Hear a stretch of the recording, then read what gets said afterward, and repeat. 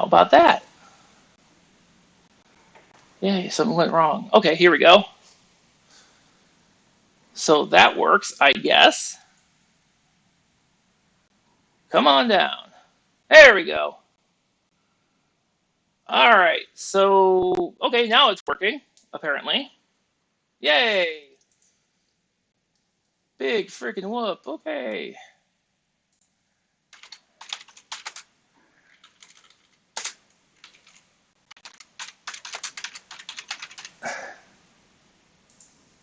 You don't need a description.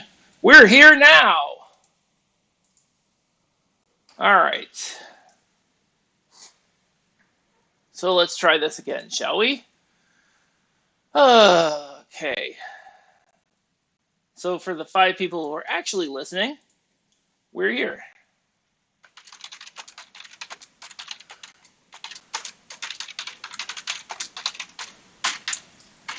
And I can't spell, so it doesn't matter.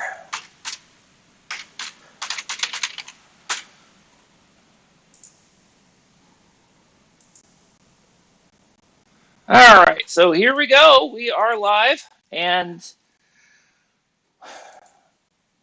so I need you guys to bear with me today. I didn't reveal this before, but I'm a little freaking sick, so chill. Yeah, no, I woke up I woke up the last 2 mornings dry heaving, so you guys got to freaking bear with me today. Already not having a good time.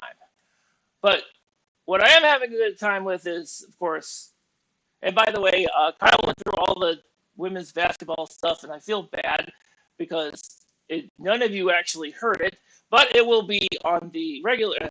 I'll upload it to the podcast, all the podcasts, and you'll be able to hear it later. All right, I guess I'm sorry, Kyle. See you guys tomorrow. So, by the way, of course, you can always, you definitely want to follow Kyle at Kyle HCRT. The Kyle HCRT on Twitter, Blue Sky, Threads. You're everywhere. You're as everywhere, same as I am. So, good to know.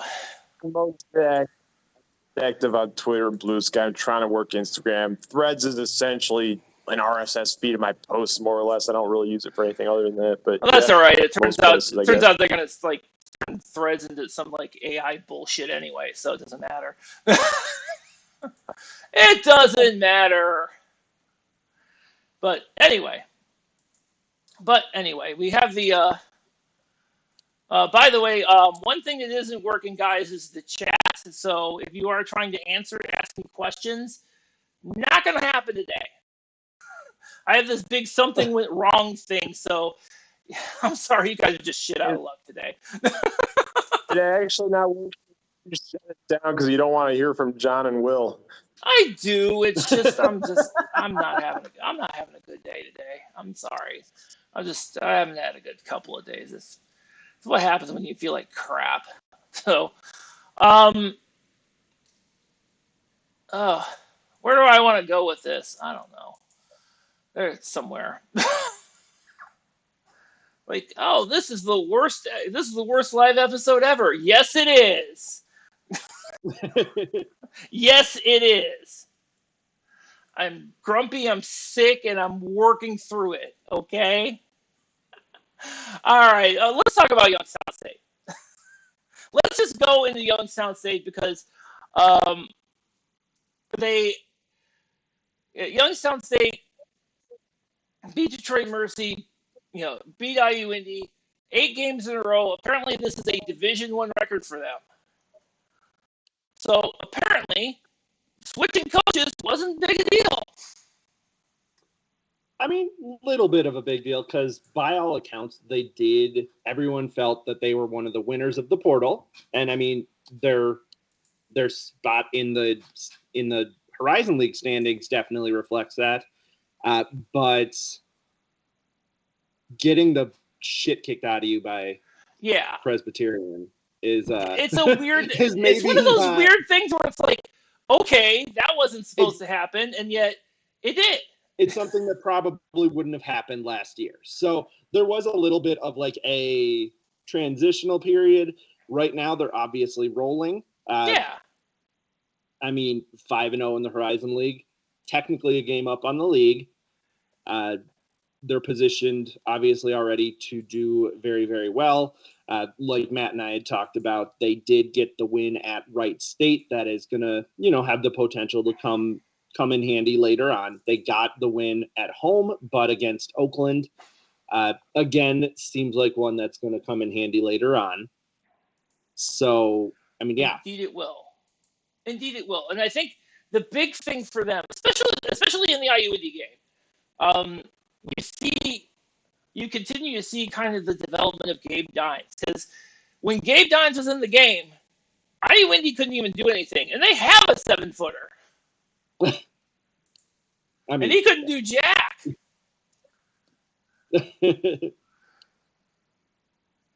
So, but no, I think the other part of this is kind of the emergence of EJ Farmer.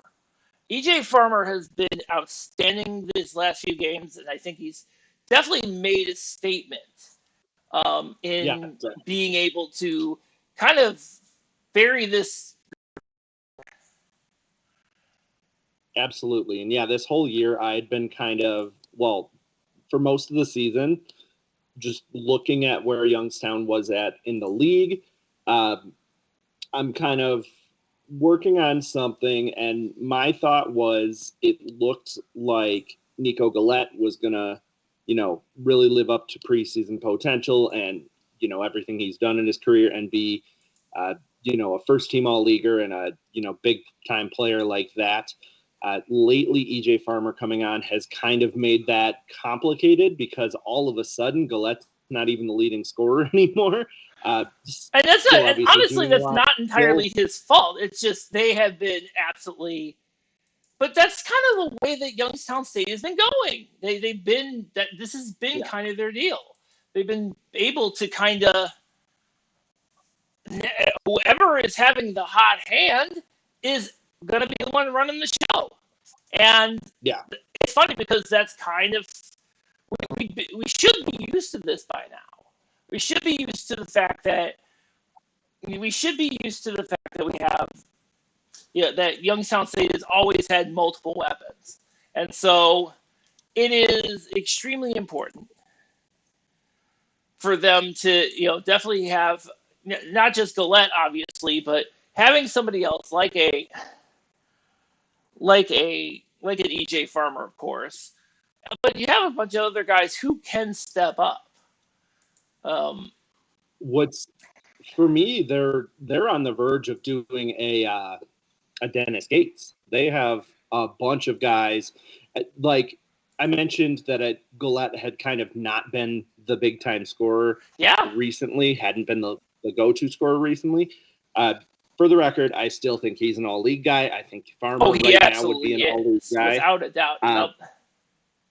And then you just have this barrage of guys who are just consistently solid. They go way deep on their bench. You are absolutely correct. One of the other things, I think. Well, see, here's the other thing with Gillette. I mean, he's not scoring, but he's doing the other stuff. He's always been doing the other stuff. He had 11 rebounds against IU Indy. He had 5 assists. He has been a consistent assist guy for this team, which is absolutely amazing, which is huge for them. My thing was, for a minute, I thought he was going to be like a kind of Trey Townsend last year, where it's like, okay, the stats don't jump off the page, but like that is the guy who's going to score, and he's going to be, the center of everything. Yeah. Even when he's not scoring. And I mean, to an extent that is still true, but at the end of the day, Townsend was still the guy. So I'm kind of right now bumping Gillette down just a little bit, but I mean, I would say probably second team. Yeah, most likely. Not his fault, but I mean, it's kind of a testament to, how good the rest of the teams are, rest of the players are in this league. I mean, it really is. Yeah, definitely. Yeah. I got to talk about IU Indy though. Yeah, IU Indy is a. I keep using the phrase "bag of squirrels," but they are, and none of them have produced wins. Ugh. IUPUI's back, man. I don't know what the hell. I mean, it's not like they're doing terribly. I mean, that the game against Milwaukee, actually, Yeah, that was they were in that good. game the entire time. They were there, and then the wheels came off. Same thing with this game. They were like within 2, I think, of Youngstown State, and then Youngstown State just blew the doors off of them. Yeah, that was. Today was a little bit different than earlier this week. The wheels aren't even in the same county anymore. They're not. You were really hoping that this was going to be I mean, you still see the potential for this team. You do. Mm-hmm. You see the potential for this team, but at the same time, it's not. Yeah, I will say, yeah. Saying IUPUI is back is a little bit unfair. The effort that they had against Milwaukee, I think in the Horizon League tournament, that could clip a team. Yeah. The effort that they had against Northern Kentucky absolutely could have taken down a team. Purdue Fort Wayne could have taken so there are a lot of games where they're in it. I don't know, maybe just a little bit of recency bias with the way they almost pulled a Green Bay today. They battled back, and then that was it, and lost by, ended up being less than 20, but didn't look like it was going that way for a minute. I mean, it's true. You're not lying. But they got to find something. Especially when you not score. I mean, you got a guy like Paul Zelinskas who is a very good scorer. I mean, he really is. I think he's like first or second in the league in scoring, I think. If we're throwing out Roy. We're going to have to here in a minute if he doesn't come back anytime soon. Long term, we will. Not his fault, but Long-term, he's going to have to. We're going to have to do something with that one.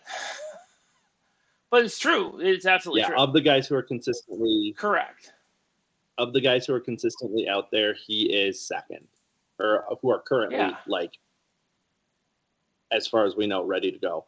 Yeah, he's second, and Jarvis Walker's fourth. Yeah. I said it in our chat. Can't find a way to save their lives. It's the worst. It's the absolute worst, and I feel bad for them, really, that they're not able to kind of get over the hump. I feel like this is a team that could rattle off a couple of. I feel like this is a team that can rattle off a few wins that we're not expecting. Although we should expect them to win at least a couple of them, really. Losing a game at, I'll say earlier this week, they were in that game the whole way. The score ballooned up a little bit and ended up settling in at, a 7-point loss. The FIU game, they really should have won. The Purdue Fort Wayne game, they had a chance to win. The Northern Kentucky game, they had a chance to win. At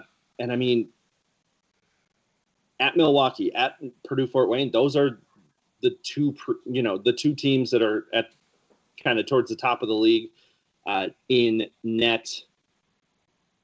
So, they were. They were. We'll probably talk about that in a little bit. Well, I got to be honest with you. Looking at the net, at least nobody's going to finish last. I can't believe that, but nobody's going to finish last or close to last. Look, we might need a little bit more information. Well, I don't know what the net is doing, but I'm okay with that, I guess, probably. Oh, man. Yeah, but yeah. So so Northern Kentucky.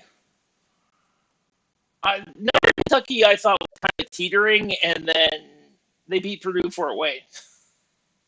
Yeah, I felt like I felt like there was like I mean, that triple overtime game against Robert Morris, I thought that was gonna kind of be the I don't know if they're, but then they turn around and beat beat Purdue Fort Wayne in overtime on a buzzer beat. Why do these wedgies keep game-ending Oh my gosh! keep happening with Northern Kentucky, man? That's insane. Look, is it by design? Because they're 2-0. They are. That's true. They are. Totally how Darren Horn. Totally how Darren Horn wrote it up. There you go. That's what happened right there. But yeah. The NKU broadcast was talking about a bunch of stats where it's like when Purdue Fort Wayne wins a tip, they win. When they lose or when they wear these black jerseys, they lose. Which is gonna break? And ultimately, the one that tipped it was wedgie games. Wedgie games. NKU wedgie games. NKU wedgie games. They're 2-0 wedgie games. But wow. the bad news is Purdue Fort Wayne just collapsed. I mean, they were up by 14, I think, and then they just lost it. I'm like, ugh. Yeah, it was not good. A trend for a lot of schools in this league this year. Yeah, pretty much. So, but yeah, but this is a game that Northern Kentucky absolutely needed because again, I wasn't really 100% about them. But this one was a good. This not only was it was a very good win, an outstanding comeback for them, absolutely, and just kind they had such a weird league season so far. Yeah, they really have. One at IU Indy by 2. Yeah. One at home against Purdue Fort Wayne by 1, and then lost to Robert Morris. What is that? I don't know, man. Lost to Robert Morris by 4. Yeah. But yeah, but it was a big win for them. It was a big win for them, and I think also kind of solidifies Trey Robinson as kind of the guy. He hit 5 3-pointers. He's never done that before. Like, where'd that come from? Man, that usually happens against Milwaukee. I know. All right. So those are all the teams that actually played today. We had some Saturday games. It's probably good that Matt's not here because I'm not sure I really want to have a conversation about Oakland and Arkansas. I don't know, man. I mean, they kind of did what every other Horizon League school has been doing, including themselves, except they were losing when they fell apart. Yeah. They weren't up by 15 and lost. They were down by 6 and lost by 30. Yeah, that was bad. I guess my question is, how is this going to help? I mean, because they got they got Milwaukee and they got Robert Morris coming up. So I don't know about that. I mean, at home, so it's true, but it's it's still going to be kind of a climb for them. No, that's good. So Green Bay is bad. Green Bay's bad. I don't know what rights the ship for Green Bay, but it's not getting right. I don't see it getting right anytime soon. I don't know that anything does. I mean, yeah. I mean, Purdue Fort Wayne beat them, and it's just, Like, I suppose that result against Drake complete fluke gives you some encouragement, but still, it's a 10-point loss. I mean, that would have been an encouragement if they had kind of parlayed that into something good in the league, but they didn't. Yeah, they're one of the 2 teams to get absolutely blasted by Purdue Fort Wayne in league play. Yeah. And, well, I guess one of the 3, including Eastern Michigan. I don't think it's going to get any better. We got Wright State, Northern Kentucky coming up. Oh, I'm sorry. I got that wrong. They're the only team that got blasted by Green Bay in league play, unless we redo my joke about Eastern Michigan. Yeah, they... I mean, I kind of mentioned it last week. I'm not 1,000% sold on. I guess what I'll say is, I think of the coaches to leave the Horizon League recently for new jobs, I probably put Sonny Wicks last. Yeah. And Sonny Wicks is night and day, infinitely better coach than they have now. Like, I think with Wicks, even though I've kind of mentioned this, I think that Noah Reynolds gets other people involved a lot better than Anthony Roy. I think as overall basketball players, they are on the same level. I think if you went around and said, just as a basketball player, who would you rather have, Anthony Roy or Noah Reynolds? It's going to depend on the makeup of your roster. I could honestly see, even in the Horizon League, a couple people taking, I could see a team like Purdue Fort Wayne or Milwaukee, who have point guards, taking Roy over Reynolds. But obviously the results this year are they're on the verge of having as many losses as last season. I mean, yeah. That's a problem. And it's not, I mean, it doesn't look like it's getting any better. It just doesn't. No, I don't think it will. I mean, one of my concerns with Sonny last year was the way the team looked without Reynolds. They did clip Youngstown that one game, but other than that, they were not good. Uh-huh. Okay, they have as many regular season losses as they did last year. They still need to match the Horizon League tournament loss. Okay. Well, this weekend is coming up, so you never know. Yeah, they might have that beat in about 3 days, because they have to go down to Wright State, Northern Kentucky, and then at Milwaukee next 3. I mean, at Milwaukee doesn't even come into when they might top their loss total from last year. Yeah. No. Yeah. Okay. So I'm done talking about that. No, we can talk about Green Bay being terrible all day. It's fine. Oh, I know you want to, but let's talk about Milwaukee for a minute. I mean, because that IU Indy game was a little shaky for them. Little shaky for sure.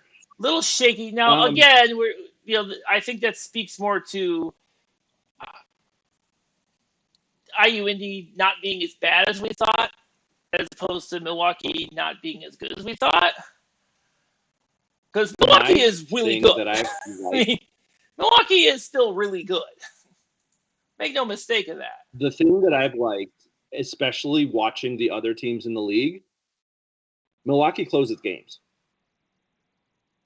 Except for, since November, or since the end of November. The Southern Miss game, maybe not so much. The Southern Miss game was such a disaster. They should have won that game. Yeah. Should have beat Central Florida. What are we talking about? I mean, they should have beat both of those that's teams. Not so much closing games as just the other team is probably on paper better than you, so it happens. True. But especially on the road. That Southern Miss game hurt. But I mean, Cleveland State, Milwaukee closed it out. Green Bay, Milwaukee closed it out. Akron, Milwaukee closed it out. And then, for as much of a disaster as it had been, it looked like they might lose it. Milwaukee wins by 7. They were up by double digits for a lot of the last couple of minutes. So, with the way so many teams in the league are coughing up big leads, I think that's got to feel pretty good if you're Milwaukee. Exactly. We're down 5, but we're playing a Horizon League school. We can do this. Yeah, and that's fine. But again, it's against an IU Indy team that again has the potential of knocking off somebody you don't expect it to. Even though there should be some expectations there by now, really. I mean, they've got 2 of the top 5 scorers in the league. If both those guys go off, I said it in our group chat it's kind of giving me Byron Rim era vibes, Ooh. where it's like, and Byron yeah, Rim a had lot of some them- players. yeah, That was such a disappointment. It continues to be a disappointment. yeah. Marcus Burke's in the G League still. Come on. Really? No, I mean, he was amazing. Elijah Goss was the league leader in rebounds. You couldn't win with those guys? Like, ugh. Bad. It was really bad. But it could be worse, I guess. I don't know. But I want to get into the Wright State Cleveland State game. Now, I'm gonna be honest with you. I thought this game was gonna be way closer. No, seriously, Wright State always goes to the Wolstein Center and just annoys the crap out of me because they always seem to come back and it's like beat Cleveland State, and I'm like, oh, come on. Nope, not this time. I mean, they got close. Wright State got close. They were within 5, but then Cleveland State, not today, Satan. Not today. Cleveland State closed it. Cleveland State closed it. I mean, that's been kind of a recurring theme is that the teams that are finishing, I mean, Youngstown, Milwaukee, Cleveland State, except against Milwaukee, they're towards the top of the league. Well, Cleveland State definitely learned some lessons from last year and kept Alex Hubricks from hitting 3-pointers. He was 1 for 8 in that game. Oh no.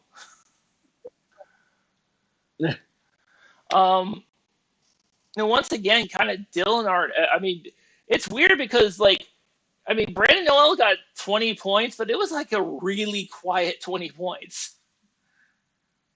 It was. I mean, like, what the hell? Like, I didn't realize he got 20 points. I'm like, I had to look at the box score. But that's how good Cleveland State was at kind of keeping him at bay, and definitely keeping kind of the supporting cast at bay too. Because you got the points from Noel and you got the points from Jack Dumbia, but as far as the rest of the cast was concerned, no, the Cleveland State even out rebounded them. Like, okay, I feel like I'm downplaying this Cleveland State team, and I gotta stop doing that. Because this team has, no, seriously, this team definitely has some players, and I'm like, yeah. And it's not even like it's not even like one player like dominating. It's like a bunch of them like scoring double digits all the time. It's more like Youngstown. It's kind of half. It's not quite Dennis Gates, but it's kind of hearkening back to that time, which is, a good thing for Cleveland State if they can, continue to get it done. Well, I think the other thing too is that how they are kind of integrating the freshmen in, because you got Jay Sean Stevenson, freshman of the year. Yeah. Yeah, he's won 4 weeks in a row. Unless like somebody runs him over, he's got a good shot at it. But not just him, Reese Robinson too. He's getting some decent minutes. So, you're integrating those guys in. You're integrating like the transfers. Or Brima Diba. Okay. Mm-hmm. He does not strike me as an assist guy, and all he does is get assists. He just racks them up. Like, what the hell? He is definitely not a scorer under any circumstances, but he will distribute the ball like nobody's business. Yeah, he's kind of the glue guy. He is. For sure. And it's great. It's good to see.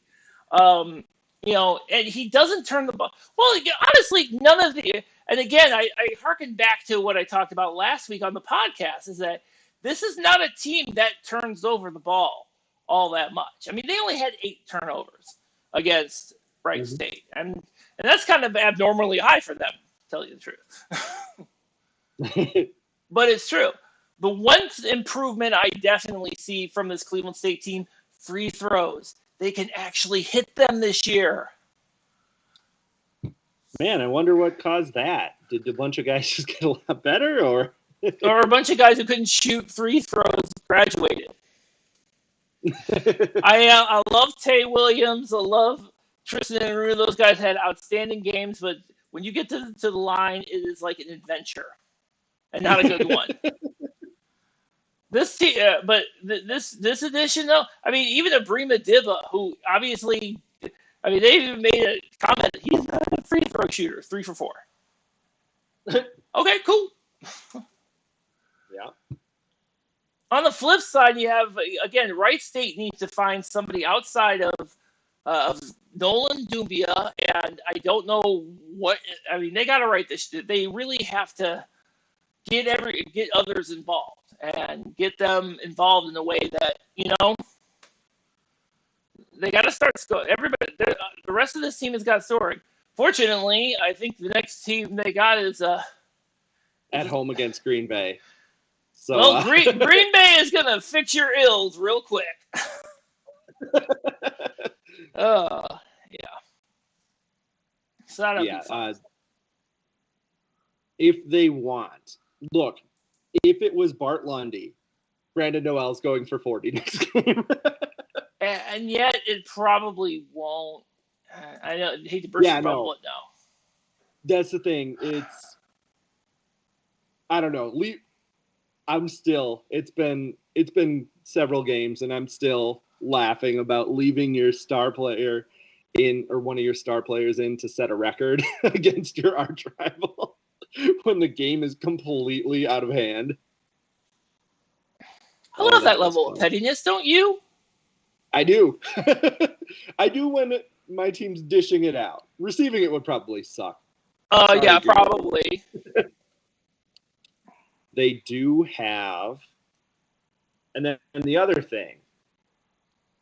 What's that? That would be if they were closer to us. So the other thing is, last time Green Bay played a Wisconsin sharpshooter, didn't go so well. No. Ebrix is from Grafton. Uh-huh. Wisconsin. So it's a little bit, it's not like right down the road from Green Bay or anything, but yeah, it's kind of yeah. It'll be interesting to see if history repeats itself. Yeah, well, all right. And if it does, oh my God, we're in for a bloodbath. Indeed. Oh, I'm going towards bloodbath territory there. But I mean, seriously, Green Bay doesn't have Green Bay, their margin, their scoring margin is last in the league, and it's just going to stay there for a while. So, no, I don't think that's going to change anytime soon, especially against Wright State. And especially, I mean, they were struggling with a 7-footer on the roster. Yeah, now they don't have one. One of these days we'll figure out what actually happened with Isaiah Miranda, but honestly, I don't care. Yeah. Bye. Anyway, all right, I'm out of gas, so let's close out with Mo Bobby. All right. Yeah, I mean, Mo Bobby and the Horizon League Player of the Week, Alvaro Forgueras. Mm-hmm. You know what? That was definitely it was either going to be Forgueras or Marion Dickerson, one or the other. Yeah, it was going to be one or the other. It did not matter which one it was going to be. That's a nice situation to be in. It is, and I think that was an outstanding win for them because that is a win they absolutely needed. Yeah, and definitely. I mean, and this team is really coming together. I mean, it really is, finally. Yeah, and I mean, again, it is after early on in the year, they, the first little round of Horizon League play, they weren't bad against Purdue Fort Wayne, lost by 5 at Purdue Fort Wayne. Yeah. didn't really put up much of a fight against Youngstown. Nobody's putting up a fight against Youngstown because Youngstown's really good. So. But then they, to go out and get that NKU win. NKU, they've been, you're right, teetering. Yeah. Outside of now, picking up a big win, teetering is a great word for it. They, do you buy in? The Robert Morris game happens and, okay, maybe not. But then they turn around and get a big win, so it'll be interesting to see. RMU next up has the Michigan schools, so I would say, even on the road, definitely got a shot tomorrow. We'll see about Oakland. At Oakland, for RMU, might be tough. Yeah, a little bit. So, all right. That's it for me. I'm done. All right, stick a fork in me, man. I'm out. All right, HorizoneRoundtable.com. That's where you can find us. Happy New Year, man. Happy New Year. All articles, all podcast episodes. Maybe not this one anytime soon, but yeah, I'm a little tired to splice stuff. But you can pull us up wherever podcasts are available, and you can pull us up on your Amazon or Google devices. So until next time, hopefully I'll be feeling a lot better. Thank you all for listening.